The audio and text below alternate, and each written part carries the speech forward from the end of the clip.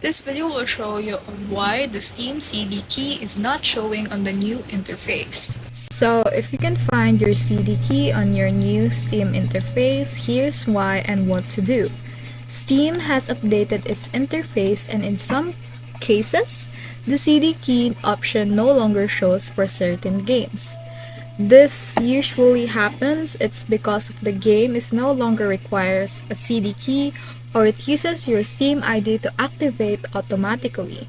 But if you do need the key, right-click the game in your library, go to your library and go to Manage, and go to CD keys. If it is supported, it will show there.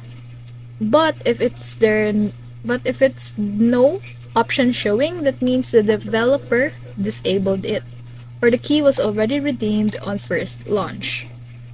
For older games or MMOs, check in-game settings or emails from the developer from your activation key. And if it's still stuck, then you should contact your Steam support or the game's publisher for help, and follow for more